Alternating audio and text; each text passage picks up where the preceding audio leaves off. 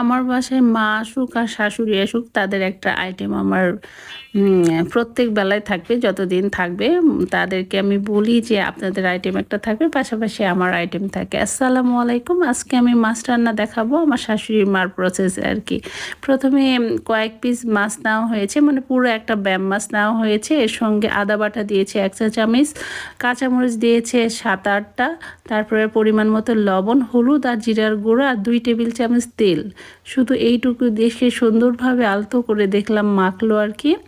আর উনি মাছটাকে খুব আদর করে মাখতেছে। আমি হলে তো অনেক জোরে জোরে চেপে চেপে মাখতাম।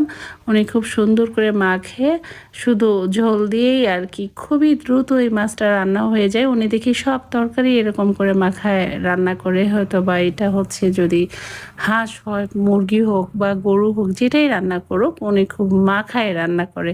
আর এত টেস্ট হয় মাদের রান্না, বলতেই তো খুবই অমৃত। সেটা যে মাই হোক, শাশুড়ি মা হোক আর নিজের মা হোক, তাদের রান্না তো অতুলনীয় হয়। আর প্রত্যেকটা সন্তান মনে হয় মার রান্না ছাড়া অন্য কোনো রান্না পছন্দ করে না। তার বেলায় ব্যতিক্রম নয় আর কি। তার হাতের রান্না সবাই খুব পছন্দ করে, আর খুব অল্প টাইমে রান্নাটা হয়ে যায়। মাখানো রান্নাটা মনে হয় খুব দ্রুত হয়ে যায়। আমি এই তরকারিটা বসাই দিয়েছি, 7-8 মিনিটে তরকারিটা হয়ে গেছে।